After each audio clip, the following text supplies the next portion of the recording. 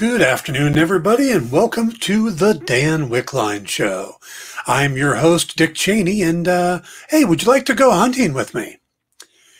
All right, we're going to get rolling off here. I got some news to cover, and then we're going to do a deep dive into something unique today, into time travel. Yeah, ever since Loki, the first episode of Loki came out, I've been kind of looking over all the things that we've been told about time travel in the Marvel Universe. And everything we learned in the first episode of Loki, I think I got it figured out. I think that there's some contradiction. There's some lying. I think there's some people who are wrong. And I think we got a bunch of eye-opening coming up. But we're going to get into that in a minute. Before I do that, I want to jump into some news. The latest news from Knives Out, you know, the growing cast of Knives Out, is that Jessica Henwick from Iron Fist will be joining the cast. Now, she's been blowing up lately. You'll notice that she was added to the movie The Matrix as one of the leads. She is also part of a movie called, I believe, The Gray Man, that she's currently filming with Ryan Gosling and Chris Evans. Well, now she joins Ryan Johnson's sequel to Knives Out and will be on screen with Daniel Craig and this insane cast that every other day it seems like they're adding somebody new. Currently, the list is Dave Bautista, Janelle Monáe, Catherine Hahn, Leslie Odom Jr., Kate Hudson, Madeline Klein, and Ed Norton. So that is a great cast, and I cannot wait to see Knives Out 2 Electric Boogaloo. Knives Out 2 Stab Harder. All right. Now, over on the Blacklist, things are going to be changing quite a bit. As word came out that Megan Boone, who has been in the series since day one and is pretty much the lead opposite of James Spader, has announced she's not coming back. Season 8 will be the end for her. She's stepping out with the season finale, and the show has already been picked up for season 9. So of the original cast members, all that's left now are Spader, Diego Klatanoff, and Henry Lennox, who, of course, is Martian Manhunter in the Snyderverse. So it'll be interesting to see what they're going to do with a new season without Red's daughter. Another bit of news that came out is that Disney, in their move to create more and more content for Disney Plus, has greenlit an 8 episodes prequel musical series for Beauty and the Beast. Tentatively, it's being called Beauty and the Best, and it's going to have Luke Evans reprising his role as Gaston, Josh Gad's back as LeFou, and Brianna Middleton is going to be joining the cast as Louie's stepsister, Tilly, and she's basically going to be the female lead. Now, I find that interesting because we've got the Star Wars series and we've got the Marvel series, but we didn't really have any series specifically based off of the Disney characters like that. So will they do this more and more? I mean, we got the Cruella movie, but will we start getting prequels and sequels and spin-offs based on the Disney princess stuff? So looks like Gaston is going to be the original one, and it should be interesting. I think Luke Evans and Josh Gad's are very good actors, and I look forward to seeing what they do. Over on NBC, we have found out that they are canceling Manifest after just 3 seasons.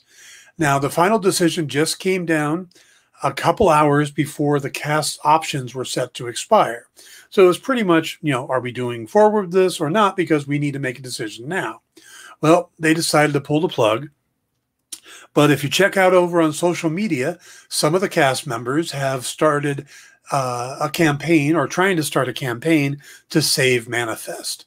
Now, if NBC was really serious about Manifest, they could have moved it to Peacock. They could have done a couple things, or they could have brought it back for a mid-season replacement, stuff like that. So I'm pretty sure NBC is done. Would another series want to come in and pick it up? I don't think Manifest was all that popular. So someone might come along, but I don't think that's going to happen, but we'll see.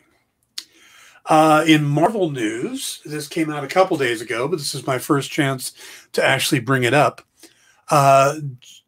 Jamila Jamil from The Good Place has joined the cast of She-Hulk. Now, Marvel has confirmed that part of it to Variety, but they haven't actually said what the role is. But everybody expects that she's playing Titania, the villain, basically. The She-Hulk villain that's been around for a while. Now, the series currently stars Tatiana Maslany from Orphan Black as Jennifer Walters / She-Hulk. Also in the series, you've got Renee Elise Goldsberry from Altered Carbon and Hamilton. You've got Ginger Gonzaga from I'm Dying Up Here. Tim Roth is going to be coming back as Emil Blonsky, a.k.a. The Abomination, from the 2008 Incredible Hulk film. And, of course, Mark Ruffalo will be reprising the role of Bruce Banner in the series. So this is starting to move along. Now, we probably won't see it until 2022 because we're wrapping up, or we're in the middle of Loki right now, or just the beginning of Loki, really. We're going to get What If after that. Then the two others slated to come out after that would be Miss Marvel and Hawkeye. Now, we've got a bunch of other stuff in the works. Armor Wars, Secret Invasion, Moon Knight, She-Hulk. But I think all of those will be 2022. I don't think we're going to get anything else other than, if we get Miss Marvel and Hawkeye in this season, that's still an amazing year if you think about it, because that is 6 series, counting What If, in 1 year. So far we've gotten 1 Star Wars series a year, 2 if you count the animated Bad Batch. So now I'm going to bring up this other bit of news. It's kind of the elephant in the room. It came out yesterday and everybody was talking about it, which is DC has prohibited, asked to have removed a scene in the 3rd series of the animated Harley Quinn series. The scene is of a rather sensitive nature in that it has Batman having personal relations with Catwoman. Kind of an oral exam. Now, this is an adult-oriented series, so they shouldn't have a problem with the fact that kids aren't going to be watching. It should be fine.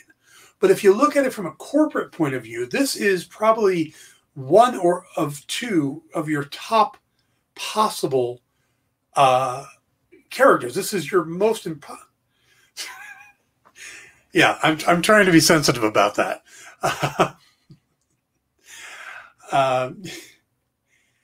So they don't necessarily want to have a scene of Batman going down on Catwoman, basically. They don't want to have that to become memes and GIFs and to spread all across the internet. So from that point of view, I can kind of understand why DC's like, hang on a second, let's not put that on the air. The problem isn't that. The problem is how they decided. Now, it's still a little uptight, but their response was, that's not what heroes do. And I don't even honestly know where to begin with that. You can find page after page of half-naked women and men in their books. There was the whole thing about Teen Titans, Starfire. Starfire, when they did the rebirth or the New 52, she was just all over the place with everybody, or Green Arrow. Green Arrow has made Black Canary sing that way a few times, and we've seen that from Mike Grell, Kevin Smith, Phil Hester. I mean, you can look online right now. People are posting those images without a problem. Yet, they can't deal with the idea of Batman cleaning the kitty. And I don't know, man. That's just a really bad move by DC because it made it a bigger story than it needed to be. And the fact that it got leaked out there, they could have just let it go. Yeah, Brian, superheroes go down. Yep, like I said, Green Arrow. You know, any guy who knows how to handle with a shaft and a quiver. I mean, that's, you kind of expect that, but Batman? Come on. All right. That's the news. What we're going to do now is we're going to, how many more super euphemisms do you have? Do I need to make a graphic?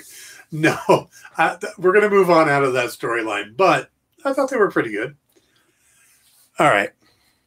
Now, we're going to talk about Loki. So if you aren't caught up with Loki, let's do a spoiler warning. Kyle, if you would.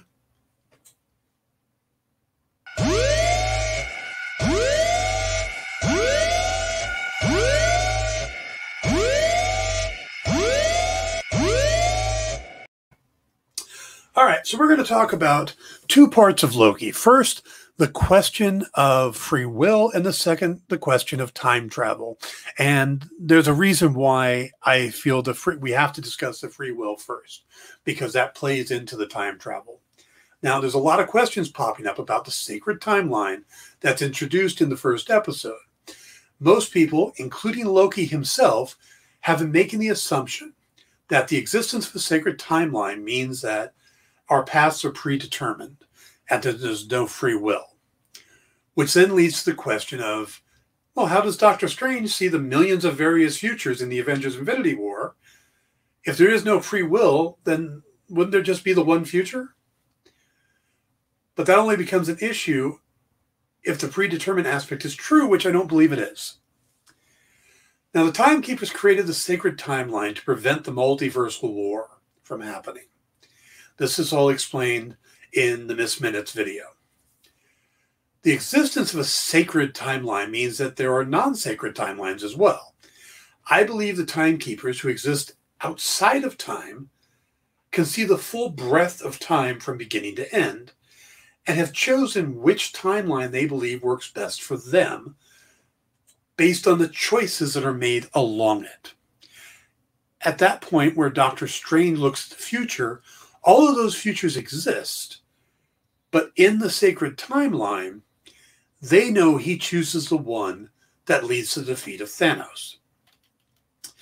In fact, the fact that there are variants means that free will does exist, and then occasionally someone chooses something off the sacred timeline. That's when the TVA steps in and resets it back to what they want. It's not the choices are predetermined and everyone is basically working from a script. It's that the Timekeepers can see all of time and has chosen what they believe is the best outcome and are working to keep that path. And that's what the TVA is their tool for. This is why someone doing something unexpected and making themselves late to work is a violation, because it might domino into bigger changes that takes them off the sacred timeline. If there was no free will, then there couldn't be a variant Loki. Or any variant. Basically, the variant Loki out there determined to, it's more likely that the variant Loki out there, the one that's trying to change everything, is doing it because of the TVA, is trying to resist the TVA doing all these resets. So, they can alter the timeline. It's obvious they can alter the timeline in significant enough ways to prevent the TVA and the Timekeepers from putting things back on track. That is what the variant Loki is trying to do. Why they want to do it is unclear, but it probably has to do with the fact that they're reacting to what the TVA is doing. So that leads us to I do believe that free will is there, and I believe it's proven by the existence of variants themselves. So how does time travel work in the MCU, and what exactly is the TVA doing? We have a lot of conflicting information and events involving time travel in the MCU. We have the one point in Infinity War where the Hulk is trying to explain that once you go back in time, you're not going back into your own past, but a new variation of the past. So your world doesn't change. Just this new universe does. And we also have the Ancient One explaining that if you take an Infinity Stone out of the timeline, it creates a new branch of reality.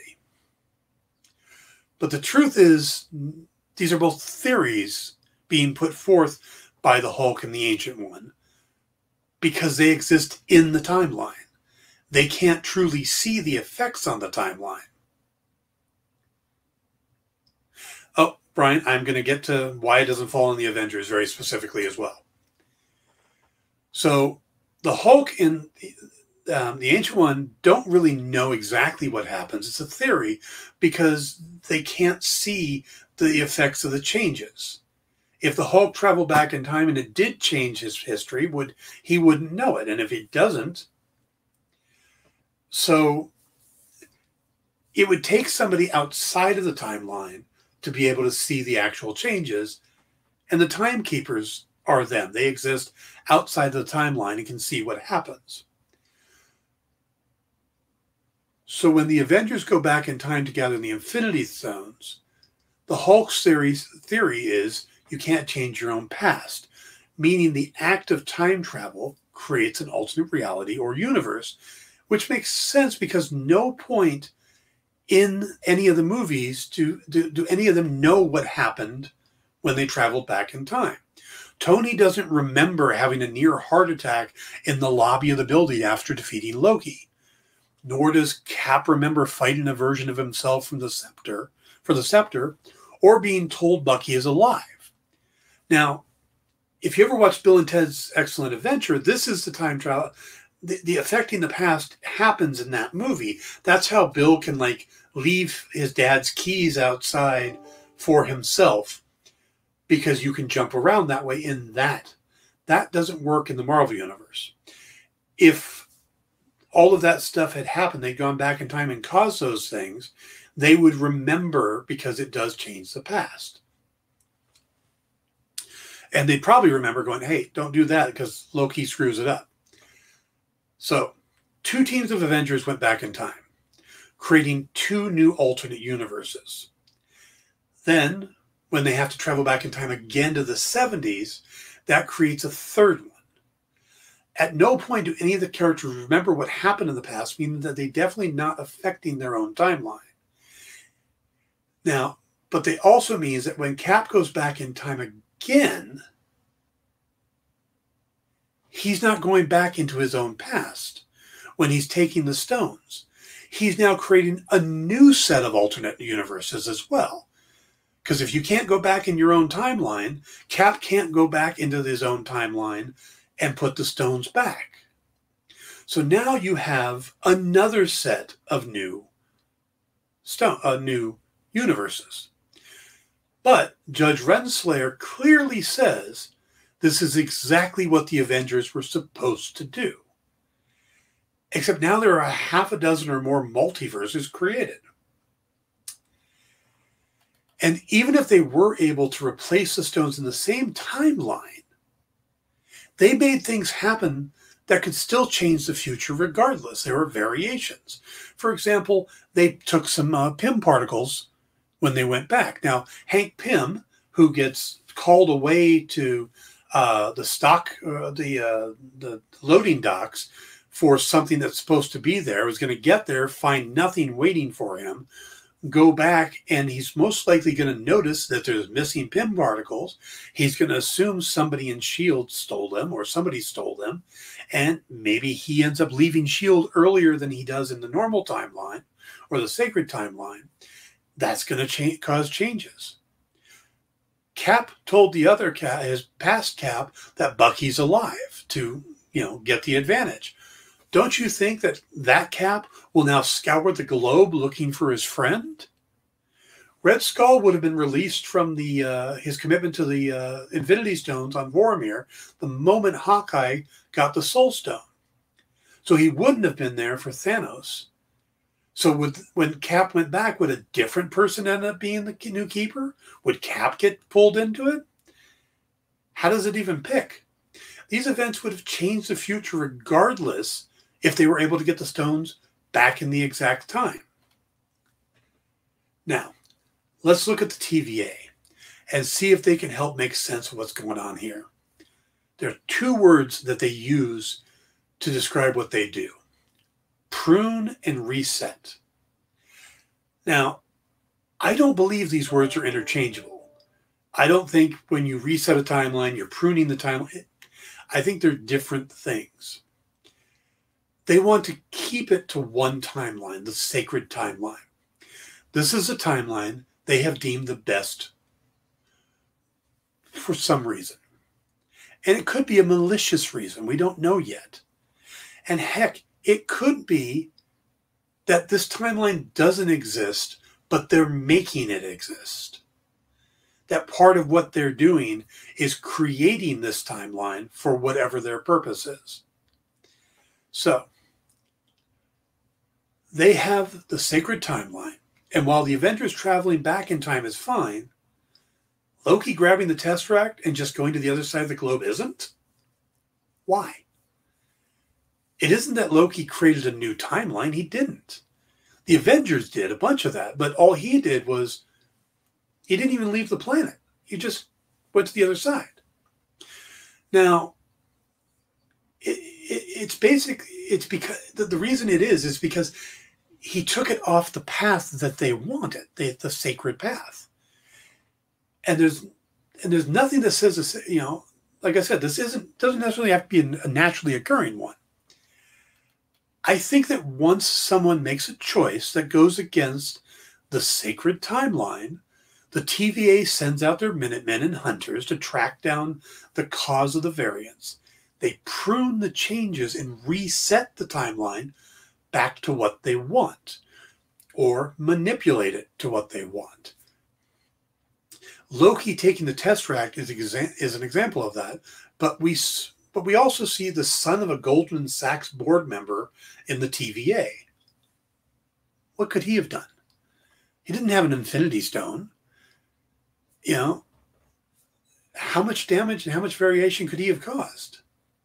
Now, the example in the cartoon was a man was late for work and suddenly became a variant. And the variations are happening often enough to allow the Minutemen to be ambushed 6 times in whatever the TVA calls a week. So the cause of these variances can't be tied to the Infinity Stones, and they can't be just time travel related as put forth in Infinity War. They have to be tied to what the TVA called the sacred timeline and any variations on that. Variations likely caused by free will. This means that basically the TVA is going after anyone who doesn't make the choices they want them to make, eliminating them and resetting the timeline that they want. And it seems like they do this a lot, which could be the motivation for the variant Loki to mess with the TVA, because they basically are playing God and destroying a lot of people in a lot of universes. Now, let's go back to the fact you can't go back into your own past. That then brings the question of, how is it that you can go back in time to a different reality, yet return to your own timeline? Or can you? The idea that the time is linear has been replaced by the idea that time is a flat circle. Thank you, Matthew McConaughey. And it all exists at once, hence the timekeepers seeing all of it from beginning to end. If time isn't linear, then how can you jump into one point of the timeline, but not another, regardless of where it is on the line? Shouldn't a return trip just create another alternate reality? So the idea that we can travel, or we can't travel to our own past, means that Cap couldn't return the stones and would actually be creating a new set of realities. And could they have even taken the stones from the past back to the future without creating a new set of realities. Now, if you're thinking, well, no, they can jump in the future because it hasn't happened yet. Remember that all of it has happened according to the timekeepers. And if you think it would just alternate the timeline when they return, keep in mind that the TVA cartoon makes it appear that the sacred timeline continues to exist, as do all timelines, until they prune them. Okay, let's just throw our hands up in the air and admit that the MCU is broken because they brought in time travel and it'll never be fixed. Not so fast. There is a theory that makes all of this work, but it doesn't necessarily make the TVA out to be good guys, or at least the timekeepers. Now, I'm going to pause here for a second. I'm going to ask you guys to hit the like and subscribe buttons. You know, Brian, you found this new place. Remember to subscribe here because this is where I am during the week. I know you're over on mine for Popco the Writers. This is where I hang out during the week, and there's a lot of great shows on this channel. So you definitely want to subscribe here. Also, you can follow us on Instagram and TikTok at _EXP1. Or if you want to have our schedule mailed to you, sign up for our mailing list over at comicshoppingexperience.com. And, you know, we'll keep in touch with you and let you know everything we got coming up. We got a lot of great guests for Pride Month. We got some big things planned for the upcoming 4th of July holiday. And we have a lot of great shows on tap. So you want to keep abreast of what we're doing. Now, we should be having a commercial break here. So if Kyle is ready. Done. I almost followed a hunting channel, though. Okay. Do you like hunting? Could be fun. So let's go to a commercial break. We'll come back and I'll explain to you how I think the time travel does work in the MCU. Be right back.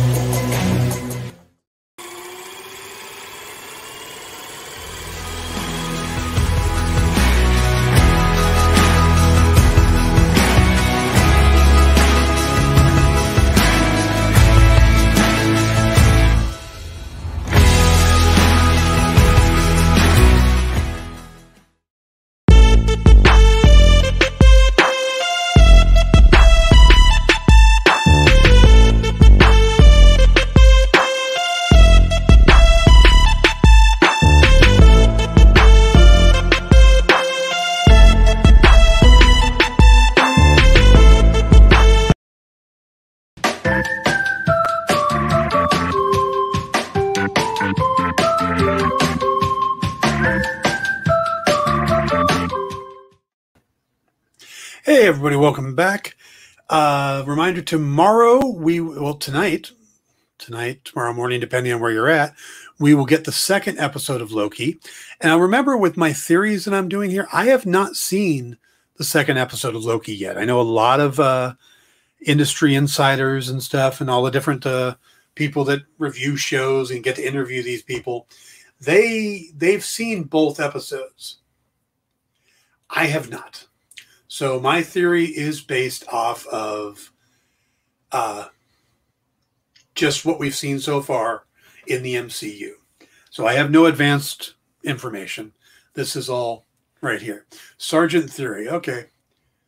How did I get an extra V in my name, though? That's kind of cool. Now, tomorrow, if you tune in, I will probably give you a light spoiler-free review of Loki. And then we'll have guest Jim Beard on tomorrow. And Jim is going to be talking about 2 new books he has coming out. One, a classic pulp novel that he wrote. And then also he's got an upcoming book of the Green Hornet story, with a story of the Green Hornet. So we'll be talking both of those with Jim, and kind of a deep dive on the Green Hornet. I love that character. I've written the character as well for Moonstone. So just talking about the approach to doing a character that's been around that long with that much history. So it should be a fun show tomorrow. Jim's a great guy. If you watch Pop Go the Writers, he was my Paul and my guest this Sunday that just passed. It's our tradition on Pop Go the Writers. We get Jim on to do the first episode of all the new series. So let's get back into this.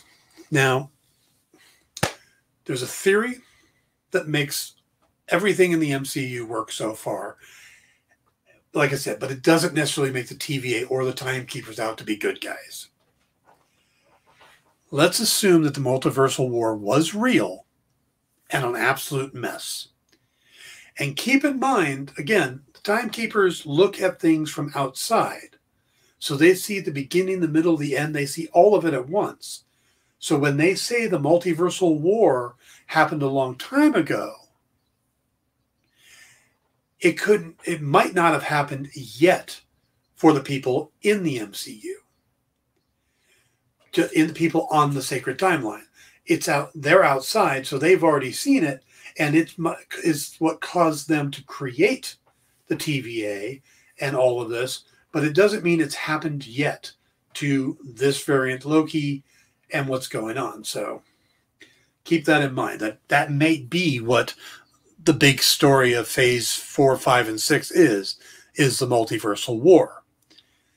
Now, if the Timekeepers exist outside of time and can see the beginning and the end, let's assume that they either found a single timeline they really, really liked,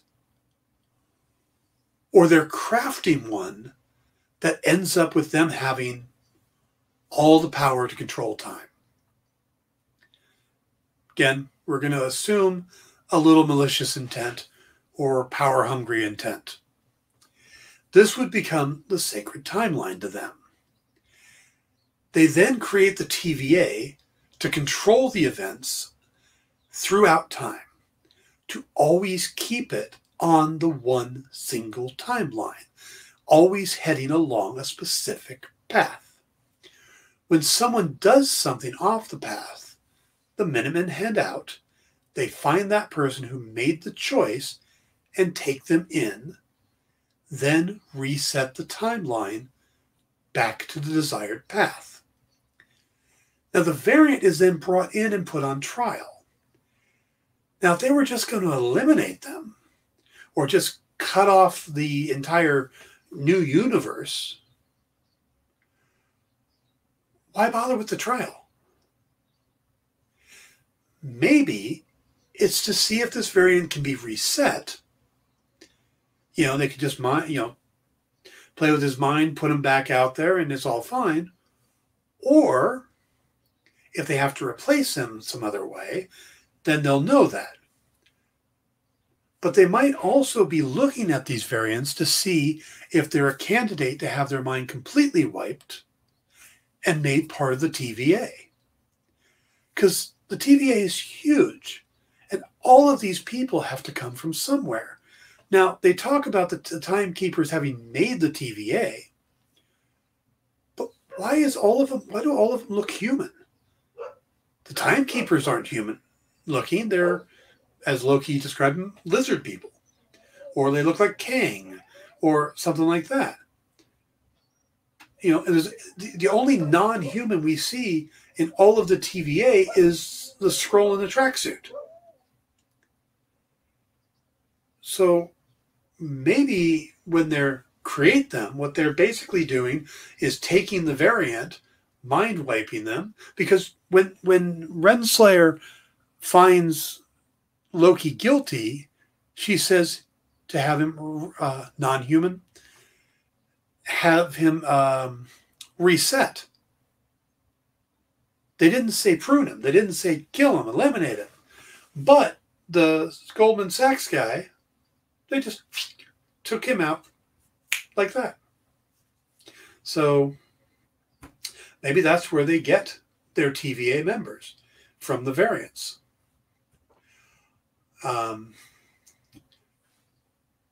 Once they've removed the variant, then the TVA manipulates the timeline back to the sacred path.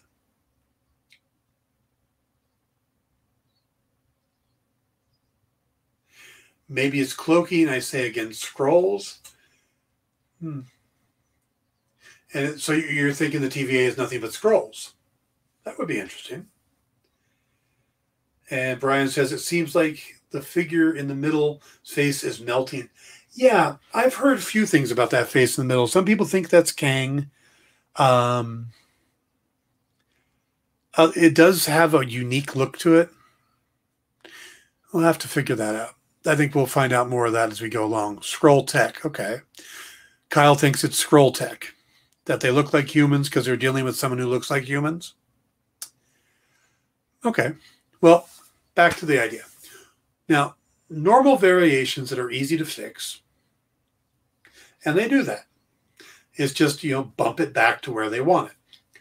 Thanos wiping out half the population of the galaxy was a bit bigger. And while they could have just dropped the Infinity Stones in themselves, they had a cart full of them, there needed to be a plausible place for the stones to come from, or too many smart people would start asking questions. So they allowed the Avengers to time travel multiple times to create a scenario where they would have the stones at the point to undo the snap, even though that scenario goes against everything we know about time travel. Once that was fixed, then they allowed Cap to return the stones so it would keep that narrative going. And then they went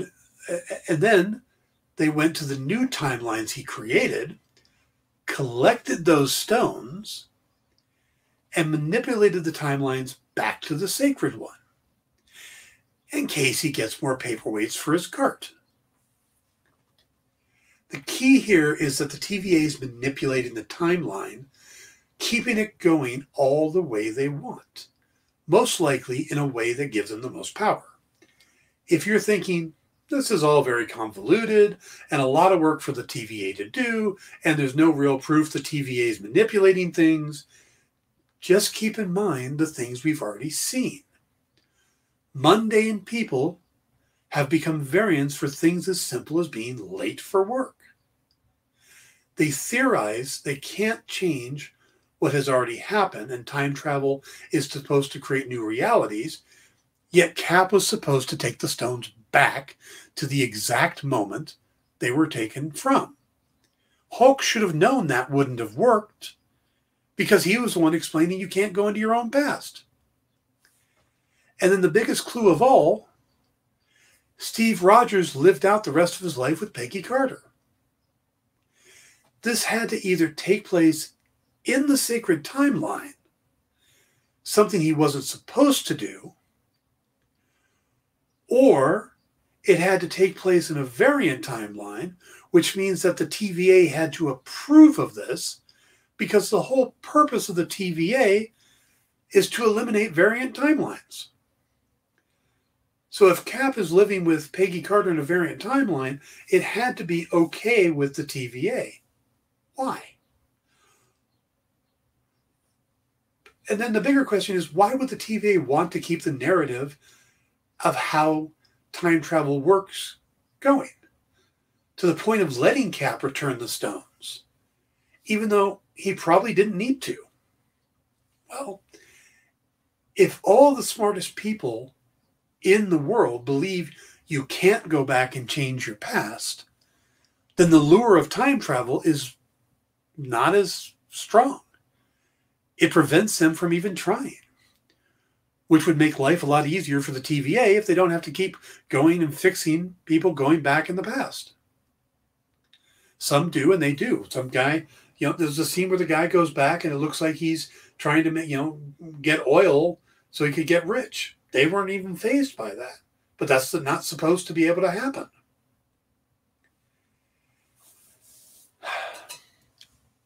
And then on top of all that, you have this series of coincidences that make time travel even possible in the MCU. A rat just happened to hit the right button in the van to bring Scott Lang back from the quantum realm at just the right time. He then takes the idea of time travel to Tony, who randomly decides to start his attempt at trying to figure out, with, of all things, an inverted Mobius strip. And it works the first time. It's not years of research or anything. He just picks a Mobius strip, the same name as the guy we're dealing with at the TVA.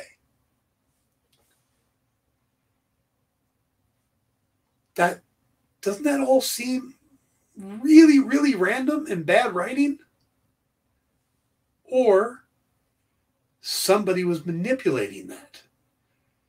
Someone made those things happen so the narrative could be created, which would allow the stones to be where they needed to be for the sacred timeline to continue it forward.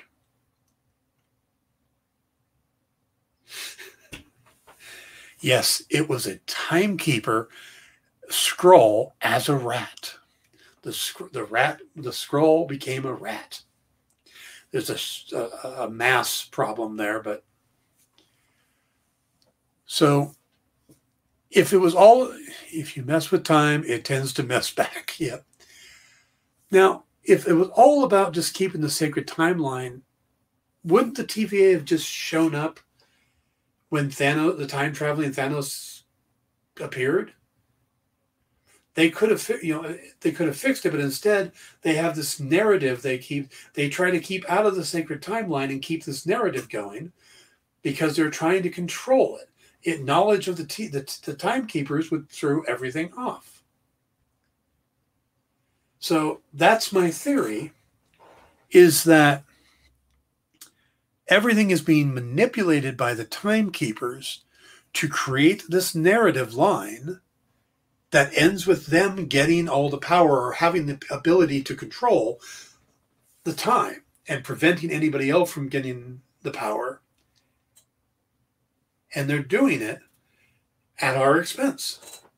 They're doing stuff like allowing Steve Rogers to spend part of his life with Peggy Carter in the sacred timeline because they have to get rid of all the variants. There's so many things that are contradictory that the only thing that makes sense is that there's a force specifically manipulating it for a narrative. Now, in this case, the timekeepers are probably Kevin Feige, Louis Esposito, and I can't think of the other executive producer, but Alonso, I think it is. Karen, but so that's my theory, is that the sacred timeline is manipulated and controlled by the timekeepers for that purpose. And a variant isn't somebody who does something wrong. It's something against what they want to do.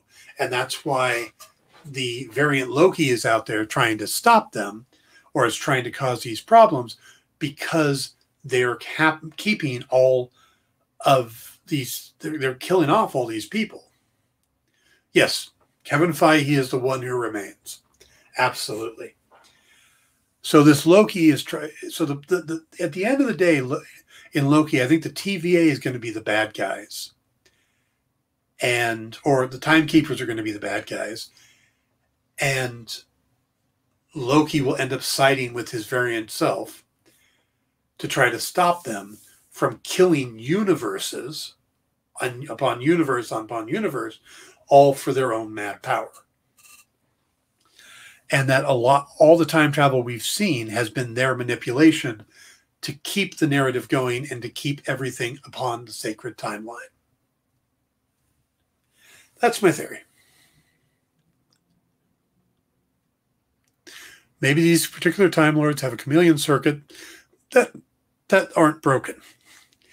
Yeah. But then again, the chameleon circuits really aren't worth it. I mean, come on. Having a police box is awesome. Isn't it? You don't need a chameleon circuit. Just land a police box wherever. People are just going to look, hey, it's a blue box. All right, so what do you guys think? Do you think the timekeepers are creating the sacred timeline? That it's not a naturally existing one? That they're allowing certain things to happen, like the removal of infinity stones and all of that? Because otherwise, there are some major contradictions. Like, we can't go back into our own past, but Cap was able to go back into the past to return the stones where he took them from. Doesn't make sense. They allowed, if Steve and Peggy lived together in the sacred timeline, or they lived together in an alternate timeline, either he's not supposed to be able to go back in the sacred timeline, and if he went to an alternate timeline, the TVA is supposed to prune all those. So how did he live with Peggy? And how did he then get back to our timeline to give the shield to Falcon? And how did he even get the shield? Brian says, I think the timekeepers are somehow absent, powerless, or losing control. That is possible. Or it could be that two of them are absent and losing control, and the third one is trying to usurp power, and he happens to be named Krang, or Kang. Also, another thought is, you know that little city we see in the quantum realm? And people seem to think that's Chronopolis? What if that's where the TVA is? What if that little city was the cathedral at the end of time, or whatever it is? Because is the quantum realm outside of time? It has to be, if they could use it to time travel. Maybe that's where the TVA is. Interesting thought. I think there's a lot more to explore here, but I think we're going to at least find out that what we know about time travel that's been said in the Infinity Saga is a bunch of BS. Now, it's possible that they looked at what was said in the movies and went, yeah, none of that works. Or they could have been setting it up. One of the two. But I think having the timekeepers manipulating everything makes more sense and cleans up a lot of the contradictions and problems that were created with the Russo brothers using time travel. You know, Endgame created a lot of problems. And if you try to use the rules created in Endgame to explain it, you come across the contradictions. But if you assume that those were wrong, then you can start coming up with the idea that the TVA is manipulating things, which allows things to start making more sense. So that's the issue right there.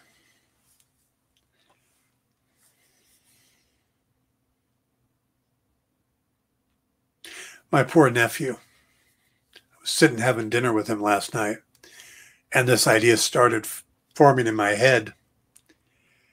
And he tried to play devil's advocate and kept coming up with counterpoints. And his big thing was that he thought pruning and resetting meant the same thing. And I'm like, well, they don't. Pruning something means to cut it off. Resetting it means to return it to original settings. It's not quite the same word. Doesn't mean the same thing. And then the whole idea that Cap couldn't go back into his own timeline to return the stones, that made his head hurt. He got that same look that Kyle gets when he and I are trying to do a show together and I bring up something like that, where he kind of leans over and gets glassy-eyed, holds his head a bit, and then curses at me. So, speaking of which, and for Brian, who's new and over here to the experience, in just a little over 2 hours, I will be back on here with Kyle. Kyle says he has looked that way for the last 55 minutes now. Well, Kyle and I will be back tonight at 5 o'clock Pacific, 8 o'clock Eastern for In Stores This Week as we go over the slew of great new books hitting comic shops this week. So you definitely want to tune in for that, because I can usually make Kyle look like that at least once a show. And he'll be on screen with the newly trimmed beard. He's gotten rid of the mountain man beard. He's got it down to a more manageable, I'm not going to get food in my, carry food in my beard for a while trim. So you got to tune in for that. See the new and improved Kyle. And that is just, like I said, just about 2 hours from now. I have just enough time to lay down and try to get rid of the headache created by my own theory. Kyle says he hates the new beard. He has cheeks now. It's like so you got to definitely tune in for that. I look forward to tonight's new Loki. To see if they give us any more information to help me on my theory, but B, because that premiere was freaking awesome. And the handful of people that I know who have seen both episodes swear the second episode's better than the first one. That first one was great. So, looking forward to the second one. Now, I'll be staying up till midnight to watch it, because here on the West Coast, it drops at midnight. But if you are on the East Coast and you got to wait till 3 in the morning to watch it, or you get up first thing in the morning to watch it, Kyle told me last week that that may not work for him because it's a little too mind-bending for first thing in the morning. So he may not get a chance to watch it till later in the day. But I will be back tomorrow with a simple review of it. It has to be better. The first one was a lot of exposition. Now we can get into the mess. Well, yeah, there was a lot they had to do in the first episode. They had to make Loki malleable, where we believe he would actually help the TVA and care about it. They had to create the TVA and all of that corner of the universe, and they had to set up the mystery that would make them even want to have Loki on their side. That's a lot to do. And I think, yeah, it was a lot of exposition, but they did break it up nicely with a cartoon. I thought the Miss Minute cartoon was a nice break. Instead of basically Owen Wilson trying to spend 55 minutes explaining everything to us, or 51 minutes, we got Tara Strong in a Southern accent for a while.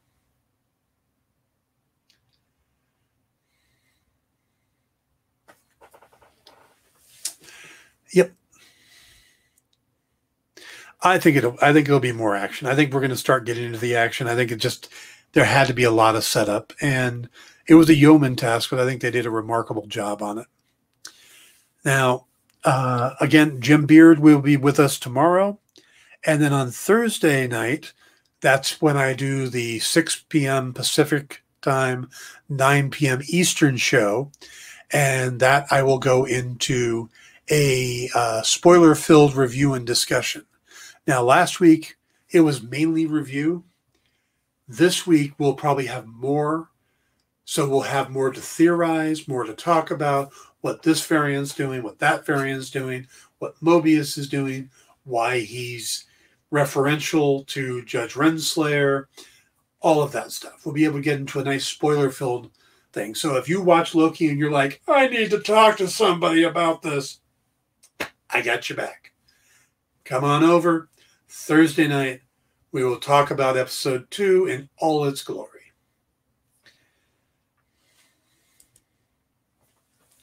Other than that, I think we're going to be wrapping this show up. It should be right about that time.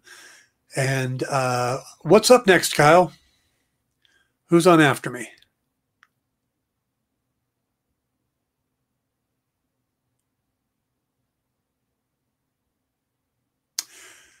Well, whoever it is, they're spectacular. And you want to stick around for it. We have Black Comic University with John Jennings and Damian Duffy. Well, there you go right there. Definitely stick around for that. Brian, thanks for finding your way over here. I greatly appreciate it.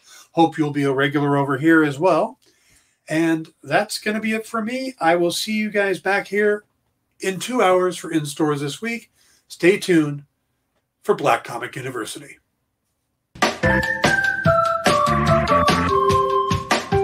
Thank you.